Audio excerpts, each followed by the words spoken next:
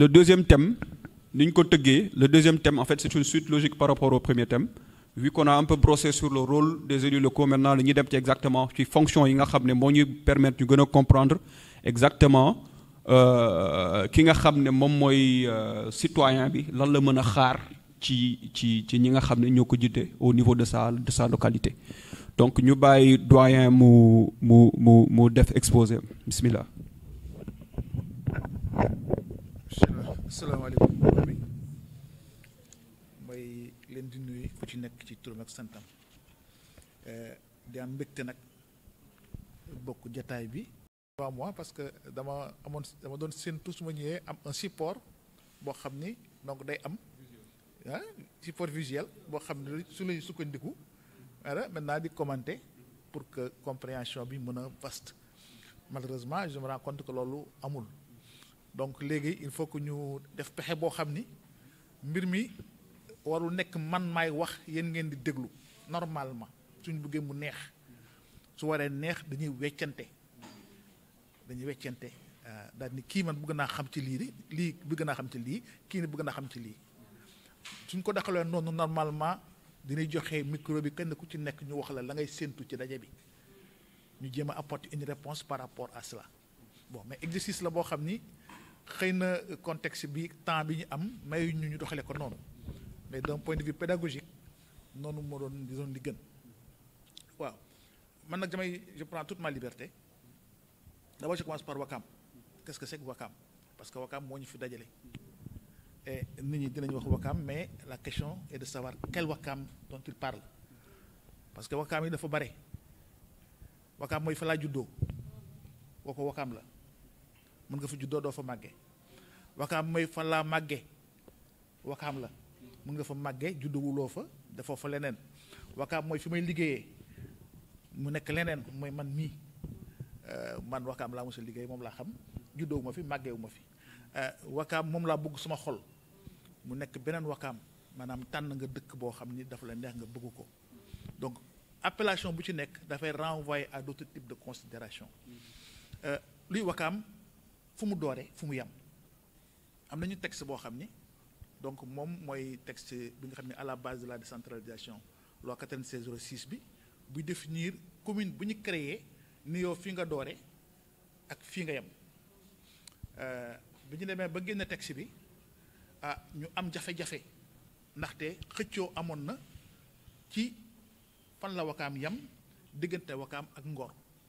amoon na xëccoo diggante Wakam ak Yoof fu ñu yem parce que délimitation bi xam nga dafa jafe ndaxte trait bu ñuy tracé la Mermoz Sacré-Cœur dañu koo may mais Ngor waaw Mermoz Sacré-Cœur la particulièrement ñu am problème boobu mais xam nga comme dagg dañ koy dagg sa ñun xamuñu loolu dagg rek tracé ni fii la fii yem kii fii la yem nit ñi dëkkeewuñu noonu donc c'est nécessairement arbitraire donc découpage bu ne c'est susceptible de poser des questions de des problèmes de soulever ay problèmes mën nañ ci wax wala ñu accepter ko noonu moo tax Wakam donc bu ñu nee Wakam mi ngi yem daanaka Stèle Mermoz moo doon mooy le sud de Wakam Stèle Mermoz xam nga Stèle Mermoz wetu mën ngeen koy wooyee waaw soo wàccee station Elton bi foofu mooy Stèle Mermoz foofu la cat googu la Wakam war a doore dugg si jël maintenant aéroport bi ci suufam dëkkukaay bi ak ñëw jàpp mamel bi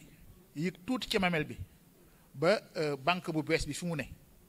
ñu ni foo lii mooy Wakam soo ko tegee nag nga xool ko ni fekkee ne da nga yore carte géographique yaatu na waaye dara newul ci biir ndaxte li ci biir yëpp aéroport bi piste bi moo ci nekk ak camp militaire Archinard mu jël lu rëy Batrin jël lu rëy gendarmerie jël lu rëy ba nga xam ne dëkkukaay bi donc néew na par rapport ak li nga xam ne mooy étendue territoire bi ñun xam ne ñun donc ñi nga am dañuy wooyee commune garnison commune la boo xam ni donc y a des citoyens mais garnison militaire yi tam dañu fi am place yàgg fi garnison militaire yooyu moo indi Wakaam pour l'essentiel tur Wakaam bi nu mu génne lu tax nu mu ko indee mooy Wakaam bi ñu koy sanc yàgg na boobu Ndakaaru dara newu fi ci ni wax dëgg rek tund moo amoon Ndakaaru amul woon concept Dakar amul woon tund moo nekkoon plateau foofu la Lebu yi dëkkoon dëkk Wakaam dëkk Yoff dëkk Ngor Wakaam li ci des yëpp àll la ak ay mala rabu àll ak ay garab moo doon Dakar tund moo amul nit Wakaam Ngor Yoff tubaab bi duggagul fi tubaab bi dafa ñëw nekk ci pegg gi mooy Gorée fa la sanc toog fa donc yore Afrique occidentale di ko gouverner mais à partir de Gorée donc il a fallu que donc tubaab bi ñëw yéegi Dakar pour que sanc Dakar foofu Dakar sancu mais avant loolu donc ñun Wakaam moo fi nekkoon donc suñuy am fierté suñu fierté man Wakaam moo laa jàpp leen ni Wakaam moo laa donc Wakaam moo laa parce que mu nekk sama xol suñu am fierté donc fierté d'antériorité ci dëkkukaay moom la nga xam ni ñun duñ koy réclamer xëy na peut-être nañ koy waxee moo dul noona waaye am na solo ñu xam ko histoire bi li muy intéressant mooy bi tubaab bi décidé mettre en valeur fii donc damay def port bi donc matériel bagage yi nga xam ne day jógee Europe di ñëw comme ci géej gi lay jaare donc foofu lu ñu koy wàccee fan moom mënul nekk port bi ñuy ñëwee Wakaam mënul nekk port parce que ni géej gi bindeloo ul bi donc il fallait que ñu dugg ci benn baie moo tax soo gisee nii ñu dugg nii dem ba Anse Bernard foofu ñu mën ko dugal foofu roof ci port bi mais suñu roofee port bi ba pare port fu mu nekk kat il faut mu am balise boo xam ni mooy signaler ni côte baa ngi nii mooy signaler nañuy organiser navigation bi balise nag fu gën a kawe li ñu koy teg yàlla nattoo ni fi gën a kawe ci Sénégal Wakaam la muy Mamel bi moo waral donc ñu ñëw wut si Mamel bi waaye Mamel bi dafa am borom waaleykum salaam Mamel bi dafa am borom parce que suuf la ay nit yore ko ci document yi de travail yi ma yore bi tubaab bi ñëwee 1852 mu ñëw gis le chef de village de Wakaam loolu lu muy renseigné mooy déjà en 1852 le Wakaam avait des relations avec les Français 1852 donc bi ñu waxtaanee le chef de village ànd ak moom yóbbu ko Ngor ci la famille Samba ñoom moom Mamel bi seeni tool moo ko waroon ñu waxtaan seen biir ba déggoo ñu jaay ko tubaab bi ci mbégteem tubaab bi mu yëkkati 27 fetal neexale ko chef de village Wakaam ak xaalis ñu jënde woon Mamel bi à 500 francs en son temps 500 francs la ñu ko jënde woon et 500 francs bi c'était la valeur pour Mamel bi ak impense maanaam li nga xam ni mooy fu ñuy jaar sax daanaka pour egg ci Mamel bi moo doon ndàmpaay li mais nag bu 500 boobu bu leen ko jàppee 500 bi quand même xëy na war na egg peut-être ay millions la daal en son temps alors donc loolu bu mu amee bon man sama soq ma ne waaw fetal yi lan la Wakaam bi ñu doyee fetal ma ne est-ce que dafa am camp militaire boo xam ni camp lébu la ndax dafa am troupe militaire lébu wala déet laajte gëstu gisuma ko dara wanewu ko histoire wanewu ko dara wanewu ko alors ci biir kii bi ci ay waxtaan ñu xamal ma ni en fait commerce des armes moo doon commerce bu gën a am solo ci jamono boobu jamono boobu ñu jàpp ni ñoom El Hadj Omar Foutiyou moo nekkoon ci xat-xat ak tubaab bi boobu Lat Joor taxawagul 1852 et Wakam a toujours vécu avec Banjul. Relation bi amoon diggante Wakam ak Banjul les gens mettre ñu ko en valeur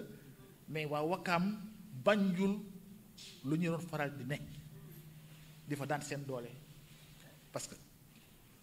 organisation commerce bi foofu la diggante Wakam diggante Dakar ak le reste du Sénégal dafa amoon barrière maanaam le comment ça s'appelle le relief dafa def barrière boo xam ni benn buntu la am walla ñetti buntu la am benn buntu bi mooy buntu bi dugg Thiès mu xotteeku tubaab bi ñëw teg fa raay jaarale fa ligne télégraphique pour Ndar ga ñu nekkoon mën ko relier ak Ndakaaru mais sinon nit mënul woon dox walla yore fas jóge biir Kajoor jóge kër Bawol ñëw Ndakaaru loolu amul woon amoon na yeneen ñaari point yoo xam ni ñu nekk yoon ñuy jaare muy ñaari lac li ñuy wax lac Somone ak lac Tamna lac Somone moo nekk Somone foofu donc dépression la donc falaise bi amul foofu dépression la donc su ndox mi feesul nit mën na jaar tamit mën nañu jaaree ci gaal lac Tamna moo nekk donc ay lac ba Tamna moo nekk Jandeer foofu tamit noonu la woon mais falaise bi yëpp séeréer si ñoo ko yore woon séeréer si du ñu nangu ko fa jaar moo ndox problème mu su ngeen doon wax kaañ àllu kaañ bi ñu doon tudd naan kaañ donc séeréer la woon boo xam ni ku romb mu faat la nangu sa alal et cetera donc loolu moo doon Sénégal noonu la tëddee woon donc waa Wakaam suñu bëggee liggéey dañu doon dem Banjul fii su ngeen seetee ñu bare ci famille yi yow sa papa waa Gambie la du dëgg toutes les grandes familles de Wakaam donc c'est des familles gambiennes en partie donc histoire bi moo amené voilà histoire kii bi économique bi moo amené relation boobu ba nga xam ne mu demee noonu donc fetal yooyu buur en fait chef du village bi amoon donc moyen la woon yu extraordinaire yoo xam ne su ko jaayee Gambie alal bu bare woon la donc pour vous dire que donc relation bi existé woon diggante tubaab bi ak Wakaam yàgg na Wakaam nekk donc commune su ma ko mën a wooyee commune en son temps c'était pas une commune mais maanaam dëkkukaay la woon bu amoon solo sur le plan historique loolu indi ko ci création phare bi c'est très important phare bi je n'ose pas dire que mooy première phare en Afrique mais c'est l'un des premiers phares installés woon en Afrique donc bërëb la boo xam ne di nga ko waroon di màggal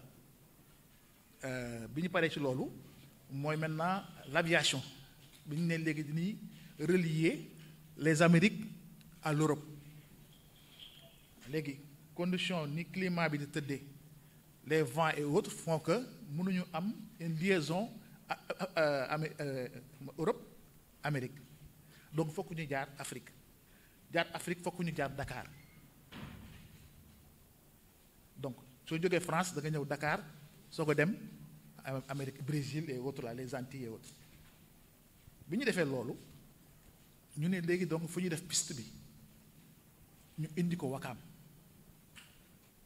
Dakar n'existait pas encore si je peux m'exprimer ainsi le concept de Dakar amul woon contenu ñu ni Wakaam donc ñu indi aérodrome de Wakaam boobu tey jii nii mooy fi ñuy wooyee ancienne piste bi wet kër Cheikh Béthio ancienne piste boobu foofu moo doon piste bi avion yi aérodrome yi donc aéronef yi di wàcc ak di yéeg su ngeen gisee fi ñu def dépôt Sotrac su ngeen gisee fi ñuy wax ENEA yooyu moo doon camp yi nga xam ni dépôt Sotrac moo doon fi avion yi fi ñu ko doon denc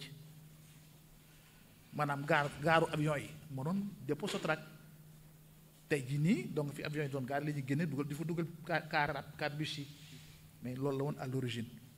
donc ça se passé comme ça ba ñuy décider ne léegi nii nu mu orienté woo baaxul bi ko gën moo ñu changé waat axe bi nii wuti Yoff moo la ñu naan aéroport de Yoff mais aéroport de Yoff bi du dara lu dul buntu aéroport bi dafa féete Yoff mais mbir mi Wakaam moo ko sanc donc cette histoire là c'est juste pour que nit ñi mën am une idée du point de vue historique lan la Wakaam taxawe woon maintenant suñu indee taxawaayu nit di Wakaam maanaam économie bu Wakaam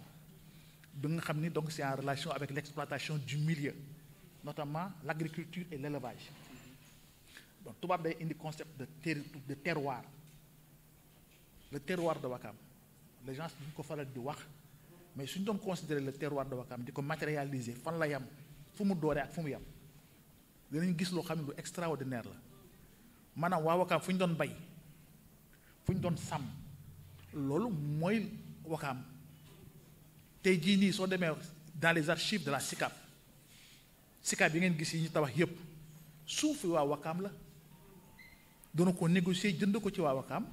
réaliser fa suuf si construction yi école Manguier bi nga xam ne moo nekk après université mais foofu waa Wakaam ko jaay soo demee une partie de Grand Yoff aussi waa Wakaam ñoo fa nekkoon di liggéey mais lu tax loolu un tout petit peu condition climatique ak le milieu moo ko justifié parce que dañoo ñëw sës nekk ci mamel bi plateau la bu kawe mais plateau la boo xam ne dafay incliné léegi su tawee ndoxu taw bi su dalee ci suuf ci kaw day rogalaat mais su rogalaat day wàcce dañuy wooye le limon mooy la partie fertile du sol da koy wàcce donc di ko déposer ci kanamam donc foofu mu nekk dépôt de limon foofu mooy suuf su baax si loo fa ji mu nangu loo fi ji soo laajee mag ñi amoon nañu ay toolu banaana man yow sa papa moom a xamal ci loolu lu bare gis ngeen ginnaaw fi piste bi nekk piste bi foofu la fa nekkoon ci ay nee naan la pataas yi reenu ñaam bi war reenu pataas dinañu rëyaay boo xam ni da ngay yéemu ci yàlla richesse suuf si moo ko doon def richesse si suuf soo su la koy indi woon mooy le fait que ni relief bi tëdd rek xoos su tawee mu xoos lu baax li wàcc ko ci kanam waaw loolu tax donc waa Wakaam topp fu suuf si neexee rek seen kanam kenn newu fa kenn dëkku fa ñoom moom foofu yépp ñoom ñoo koy bay léegi si seen ginnaaw Wakaam mooy ñaari Wakaam mais ñaari Wakaam intéressant wul ci du point de vue exploitation agricole c'est pas intéressant parce que xoosu na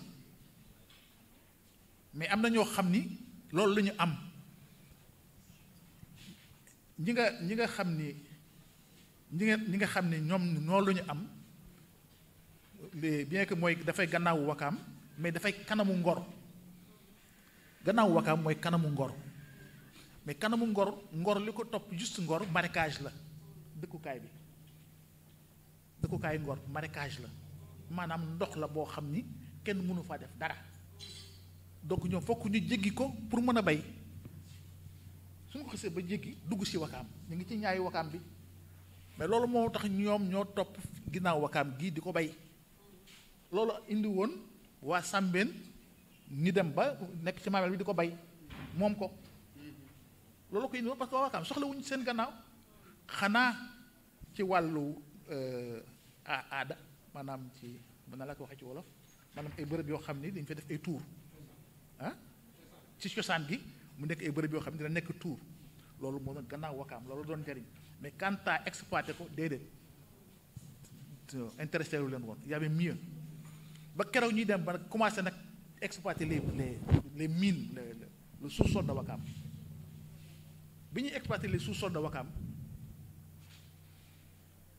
raay ñu bari xamuñu loolu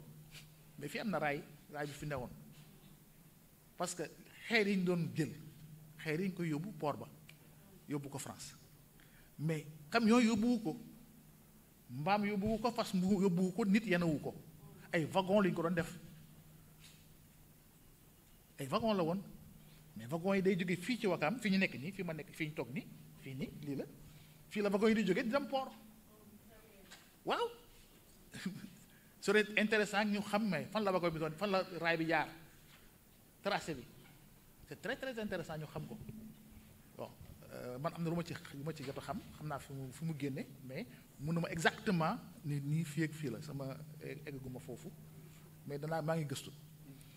alors donc loolu moo taxoon ginnaaw wakaan bi en fait xoolewuñu ko woon ci liggéey tool xoole mbirum mbay mais ñu ngi ko doon xoole te tubaab bi moo indi loolu exploitation basalte bi ah boo nga xam ne nag histoire di dox ba wax di am diggante Ngor ak Yoff Wakaam ci affaire ginnaaw Wakaam bon génnaguma ba tey nag thème bi maa ngi ci biir thème bi de génnuma ci parce que da am solo ngeen xam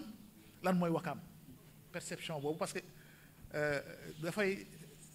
day loo xam ni ay sentiment la collectivité locale sentiment la maanaam mbëggeel bëgg sa gox bëgg sa dëkkandoo loolu mooy indi nit mu jublu nekk ci collectivité locale loolu mooy indi nit di tàmmu pour nekk un élu local un élu local y a pas plus noble xëy na fii lañ ko xamewul noonu mais soo demee ci dëkk tubaab yi tu es un élu local macha allah dañ lay teg foo xam ne lay yéem maanaam dañ lay yéem kii mooy maire bi maire lañu gën a fonk président de la république maire bi la ñu gën a fonk amul sax kii du benn sax alors ki nga xam ne mooy donc élu kii sànq ni ci doon am na lu mu ci jot a wax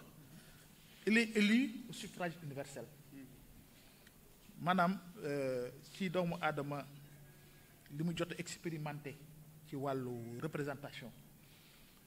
élection au suffrage universel boobu mooy bi ci gën mooy bi nga xam ni dafa mat total mooy le ki ci nga xam ne moom la ñu fal mooy nag réellement le digne représentant c'est qu'il y a une dignité à la représentation kooku mooy le digne représentant l'honorable représentant donc des populations foofu la bàyyee ko parce que suffrage universel li ñu ko jëlee su ñuy wax affaire mairie nit ñi maire la ñuy gis mais le maire n'est pas important c'est le conseil municipal qui est important c'est le conseiller municipal qui est important c'est le conseil municipal qui est important parce que le concept de municipalité tekkin wi mooy conseiller li représenté conseil ñu def ko donc le bureau municipal ak nga xam ne maire est là-dedans loolu mooy la municipalité concept moo bi soo demee di ko seetaat loolu lay jox ñooñu système bi ñu amoon ñoom ñooy désigner seen biir kan mooy nekk maire mais population yi duñu fal maire population yi faluñu maire population yi conseil municipal la ñu fal et l'histoire de Ouakam dafa wone loolu daf ko leeral bu mu leer nañ parce que am nañu acte boo xam ni benn année boo xam ni en fait coalition bi xam ne moo remporté woon élection yi suñ ko remporté donc ñun ñi ko remporté suñu biir la ñuy amee maire du dëgg ñu ñëw ci fi ñu defee wala fale maire bi menn waaye jóge fële ñëw ni moom dafay nekk candidat bokkul ci coalition bi gagné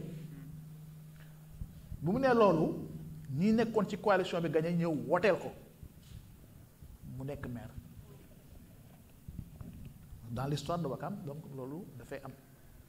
bon du ma tudd nag tur fii pour les besoins donc de la cause du ma wax tur loolu day firndeel ni en fait c'est pas l'expression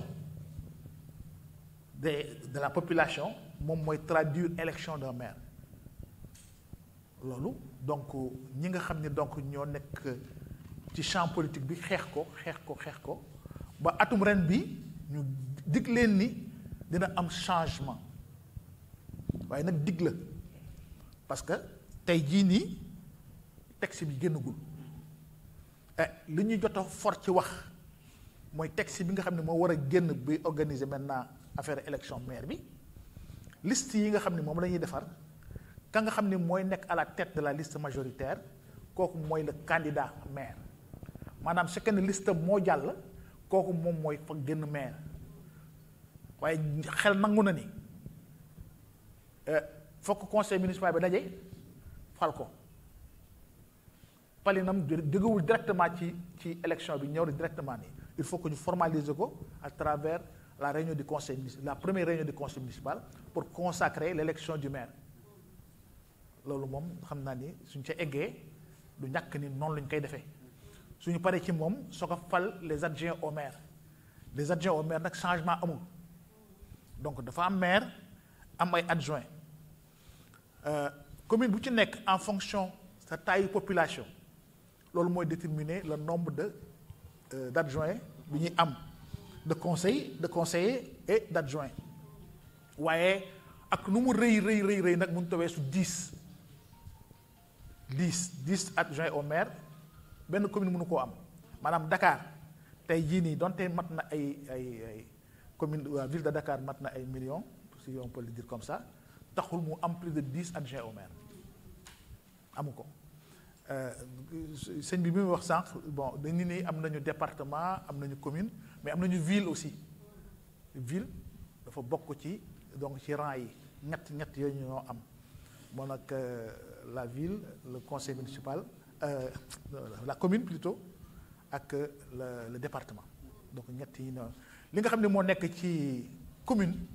moom moo nekk ci département mais ñun fii li ñu intéressé rek mooy c'est Ouakam parce que niveau Ouakam la ñu ne donte tamit nit mën na fi jóge siège ji conseil départemental bu Dakar loolu am na bon waxtaan wi l'intérêt bi nga xam ne moom la parti bi am ne pour ngeen wax ak jël sujet bi en fait anticipation la dañu anticiper un tout petit peu ci compréhension de ce que c'est le conseil municipal de ce que c'est la municipalité compréhension la la fonction essentielle d'une collectivité locale man tey bi ma dugg see dama kontaan lu tax ma kontaan j'ai vu beaucoup d'animation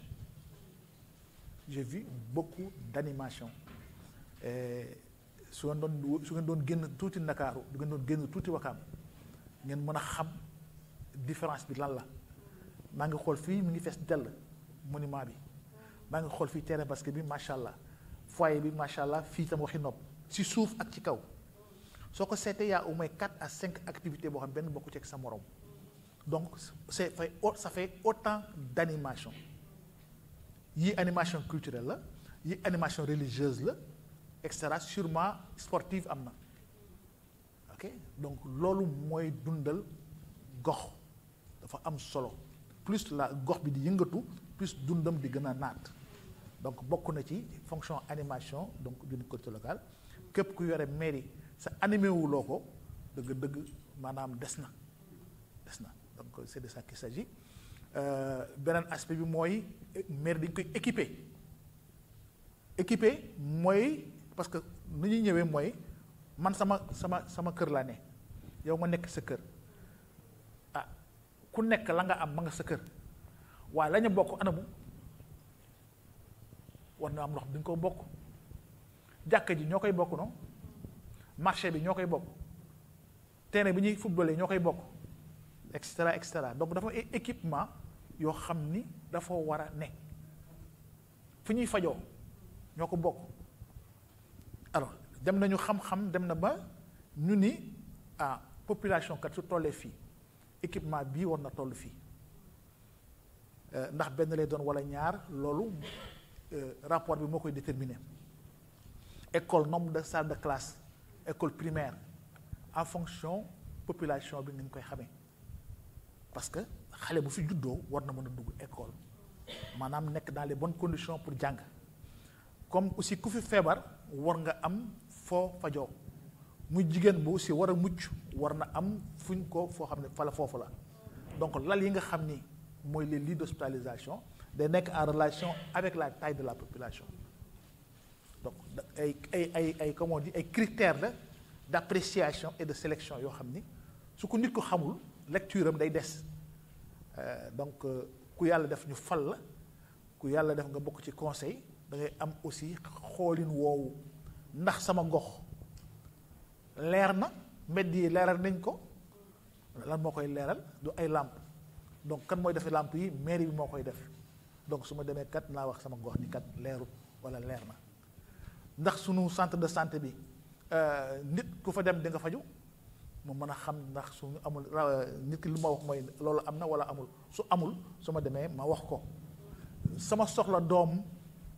ci ay am nañu fourniture d'école ak yu mel noonu yooyu yëpp dañ koy waxtaanee ci biir conseil municipal donc mooy yoo xam ni lu am solo la fii nag li ci ëpp malheureusement Wakaam waxi suuf ñoo yóbbul ci lu bare ba nga xam ni essentiel bi après dootuñu ko gisati mairie bi am na solo goo xam ni bokk na ci mairie yi gën a mag ci Sénégal da ngeen ko xamee noonu bokk na ci mairie yi gën a mag ci Sénégal magaay bi càggin ko ndax dafa tolloo ni population bi tolloo déedéet mais pouvoiru mairie bi ci am moo kéemaane tey jii nii mairie Wakaam am na budget boo xam ni su ko réaliser compte administratif ba maanaam wane ni am na recette yu mat 1 milliard man bi may ñëw Wakaam benn marché la am mu gënoon bon ci marché Sénégal marché Dakar yi mooba bu Yarax recette journalière am maanaam 7000 francs la woon 7000 francs moom la ñu fi doon jëlee cantino taabal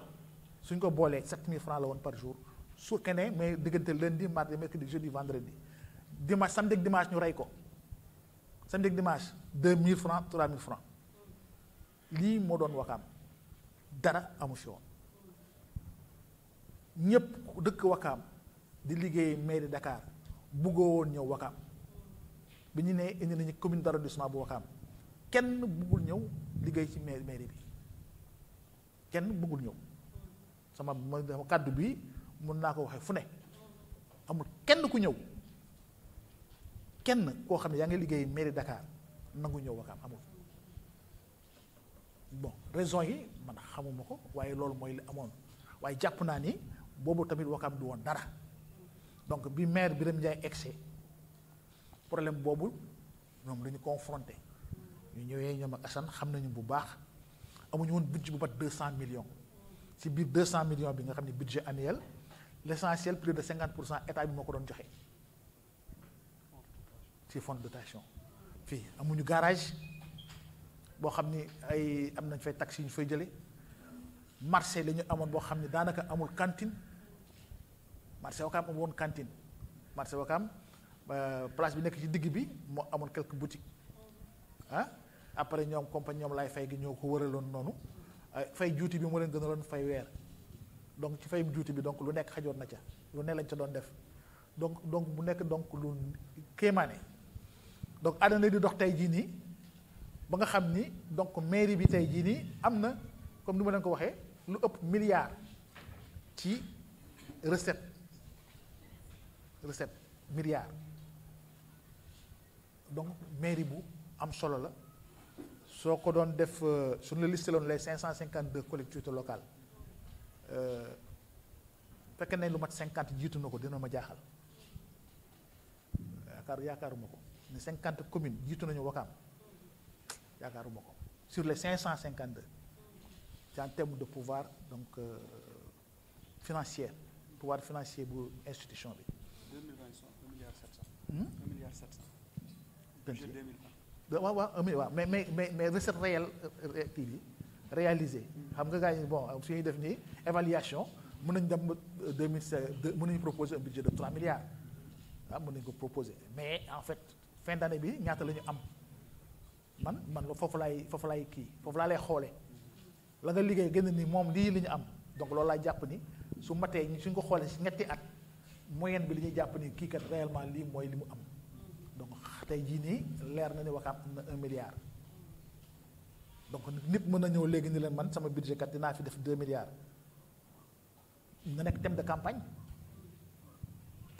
mën na ko nekk ni je veux damay amener à avoir une commune d'un budget de 2 milliards c'est possible il faut beaucoup d'imagination mën na ne su ñu defee mbirum commune ma wax tuuti ci bëtu àndandoo ci communes yu ànd mooy intercommunalité ndaxte day loo xam ne dañ ko woyofal c'est pourtant mooy xolu décentralisation bi xolu décentralisation intercommunalité la mais malheureusement xam-xam yi wala pexe yi eggul foofu am na temps yi ci gannaaw maa ngi doon dégg ñu naan état bi dafay boole Ngor Yoff Ouakam def ko ville wax ji ni kur Assane Ba xam naa ni su yàlla defoon mu mun ci waxaale mu wax ci nekk na ci di ci xalaat di ci wax mat na ñeenti at ci gannaaw avant loolu déjà amoon na ay jéego yu ñu ci defoon mais équipe yu bees yi équipe bu mujj bi conseil municipal yu mujj yi waxtaan nañu ci loolu seet nañuy indee diggante Ngor Yoff Ouakam lëkkale leen pour que mu nekk entité boo xam ne viable na donc mën a amal njariñ population yi malheureusement feebar gi affaire Covid bi moom ñu bloqué ba donc loolu si affaire bu mujjul woon mën a donc ci net bi rek lañu doon waxtaane daal par WhatsApp lañu doon waxtaane noonu mais c'est important que ñu xam ne jéego bi ñu war a def au-delà de la commune ñu travailler sur le thème de l'intercommunalité am na solo trop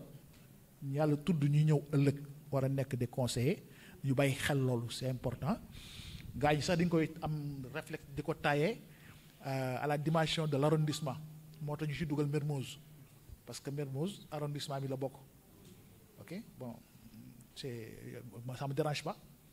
on peut même aller plus loin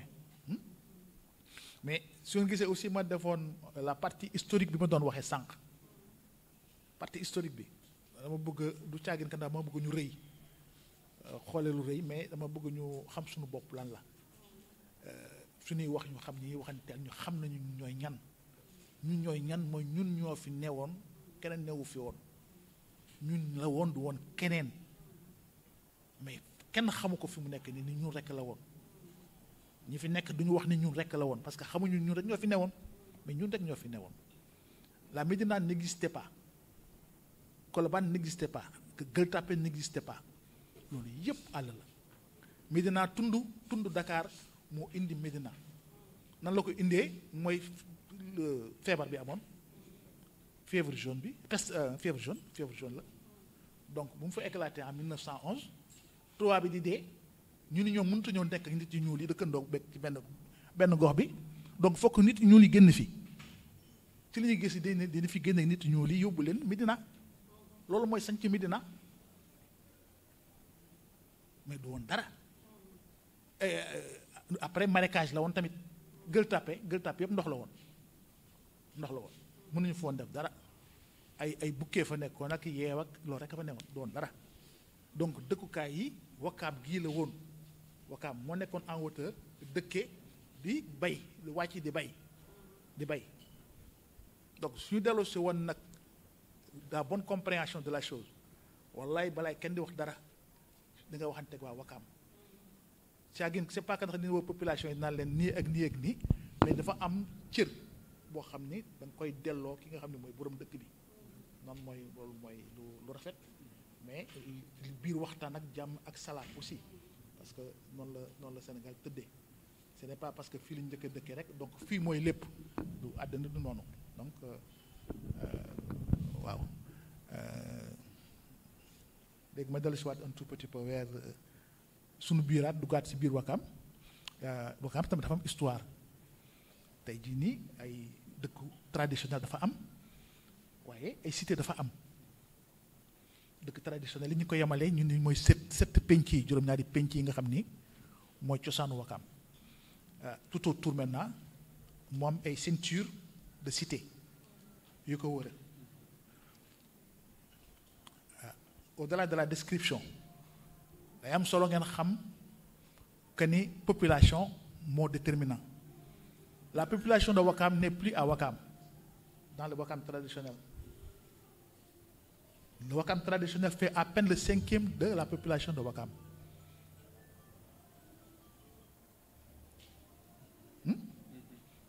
peine le 5e am na loo xam ni kenn waxagul nu mu demee mooy aéroport bi découpage yu aéroport bi ndax dinañ ko wax wala duñ ko wax découpage bi mooy kër yi fa ne dañ fa tabax fu ñu bokk Wakaam lu ñu bokk Ngor lu ñu bokk Yoff lu ñu bokk wala su fekkee ne am nañu ci bokk Wakaam ñan ñoo ci bokk Wakaam ndax tey cité Mbacké Faye la ak Cheikh Omar wala am na ñeneen ñi tarax wala est-ce que ñooñu dañ leen ciy génne donc il faut que ñu xam ñooñu fan la ñuy war a voter waxaguñ ko nag mais c'est important ñu xam ko à moins que nit ki parce que quand même aussi dëkk fii continuer dem di voter ji plateau wala dem voter ji Grand Dakar bon du ça c'est pas ça ku ci nekk fa nga dëkk nga war a voter donc mais dëgg la ni ñi fi dëkk si jógewuñu àll ba jógewuñu ay ndarak ñu n'importe ñu ngi biir Dakar la ñu nekkoon donc tabax fi ñëw dëkk si fii mën nañu dellu fa ñu dëkkoon dem di fa voter ji mais normalement fii la ñu war a voter fii la ñu war a voter donc war na jot na ñu ni dëkkukaay aéroport bi nii la demee nii lañ ko daggee lii mooy waa Wakaam ñii waa Yoff lii waa Ngor waxuma suuf si ñuy joxe dama ñu dëkk fi ñu dëkk mooy fi ñu tabax ba pare ku fa duggul doo ko xam waaw ku fa duggul doo xam la fa nekk lan la mais amul ku fa tabax benn këru un niveau amul ku fa tabax terrasse ay étage la ay immeuble la R+9 sax gis naa ko foofu nit ñi soupçonné wu fa la fa nekk ci doomi aadama nu ñu toll nu mu bare kaar mais dafa macha allah te loolu dafay am incidence ci élection yi c'est un plus fu mu nekk ni la taille de la population de Ouakam kenn mënu la ko wax parce que données démographiques yi nga xam ne moo doon relativement au dernier recensement ngay extrapoler avec un taux donc d'accroissement de temps nga di def calcul bi daan donc nii nangam la tey weesu nañu foofu parce que dootul léegi accroissement naturel en termes donc nit bu juddu au sein de la population mais accroissement la boo xam ne par apport extérieur loolu tax données yi changé ok quand quelqu'un te dit que ni tey jii dafa am te fait 500 000 habitants mais mënoo ko weddi mais effectivement mën nañu amee na mën nañu nii Ouakam egg na 500 000 habitants sinon même romb na ko mais tant que defuñu nag un recensement duñ ko mën a xam donte loi bi prévoir na ko mais li ñu xam dans la pratique mooy recensement à l'échelle nationale donc état bi mooy def recensement général des populations mais localité bu nekk am nga ci loi am nga droit def sa recensement de population mais musul am Sénégal sous d'autres cieux peut-être mën na am na fa mais fii yàlla def na ni amaguñ ko donc xamuñu exactement quelle est la taille de la population et pourtant mooy déterminer le nombre de conseillers à élire moom moo koy déterminer c'est la relation est très étroite waaw donc ça fait des points d'interrogation yoo xam ne peut-être qu'il mérite d'être porté à la connaissance ou bien war nañ ko xam sax les autorités xam nañ ko normalement ñun suñu demee ba xam ko ñoom war nañ ko mën a xam mais ñu xam ni population yi kat xam nañu lii war nañ ko mën a leeral ñu xam tey jii Ouakam nan la toll Ngor nan la toll Yoff nan la toll parce que ñoo séddoo aéroport bi en fait ñoo ko séddoo maanaam lañ fa def ca kër daal ñoom ñett seen diggante li ñu ko war a séddale am na benn schéma bu ñu génnee boo xam dina tibb lépp jox ko Yoff mu nekk benn wax bu bare maa ngi koy gis nii ça m'a fait rire bon mais gëm naa ni amul parce que bu ñuy wax ni Yoff moo nekk nii mur aéroport bi fii la Yoff doore yaakaar maa ñu wax ko yaakaar ma mën na ne nag tout est possible ci wàllu politique mais donc c'est une question qui mérite donc d'être éclairée alors donc alhamdulilah rabbil alamin maintenant pour waa yéen ñi nga xam ni pur la partie bi da ngeen di anticipation la parce que su yàlla defee ngeen am seen wàll ngeen jël ko ci wàllu élection bi ñan ñoo war a ñëw normalement ñi nga xam ne dinañ élire dina am ay session de formation sànq kii koy wax ne donc droit la donc c'est un droit reconnu donc des élus à la formation droit la ñu former leen ñu former leen pour mën a xam li nga xam ne mooy seen li leen war ci wàllu donc comment dirais-je ci wàllu municipalité bi donc voilà en gros un tout petit peu tout ce qui est histoire tout ce qui est géographie lié à la commune de Ouakam. Maintenant quant au fonctionnement bon taxu ko am solo trop parce que ça c'est des textes yoo xam ni lii yëpp moom la lii yëpp moom la c'est pas intéressant dans l'article nangam nee na article nangam c'est pas ma ça me rebute daf may rebuter amul solo mën nañu comprendre comment les choses fonctionnent lan moo ñu war du ñu dugg ci détails yooyu à l'occasion maintenant bu ci nekk suñu amee soxla de façon précise ñu renvoyer au texte ni lii la texte bi wax donc ñu xool ni ko texte wax ñu defee ko mais li am essentiel moo ñu xam ndomba tànk conseil municipal lu muy tekki ah moom mooy maanaam ndomba tànk bi gën a rafet bu gën a màgg bu doomu aadama mën a am pour sa population su ma ñëwee suma kër wala sama dëkkandoo mu nekk un conseil municipal sama soxlaam day egg ci conseil ba donc ñu délibéré fa wax fa faj soxla bi donc niveau de proximité boobu mais commune rek moo ko am keneen amu ko commune moo ko am donc loolu moo tax donc importance su nekk donc conseil municipal waaw macha allah alhamdulilah rabbil alamin donc voilà en gros donc loo xam ni voilà maintenant fekk ne am na ci waxtaanee ñu waxtaanee laajte waaw jërë ngeen jëf. na nga def Sénégal ba jàmm nga am. su dee biir ma nuyu ko.